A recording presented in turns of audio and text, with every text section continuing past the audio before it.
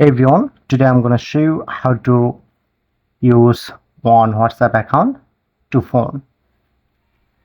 So I'm provide full guide. Simply open WhatsApp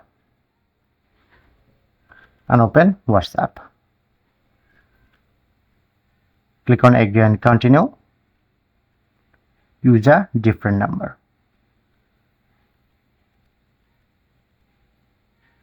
Press on three dot.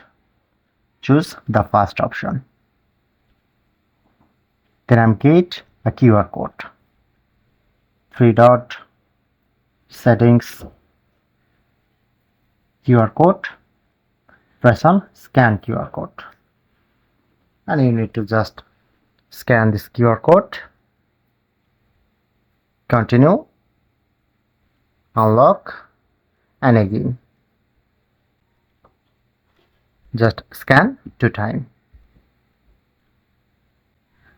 Okay, now it's transferring. Now successfully connect to this. As you can see, now same account use to phone. That's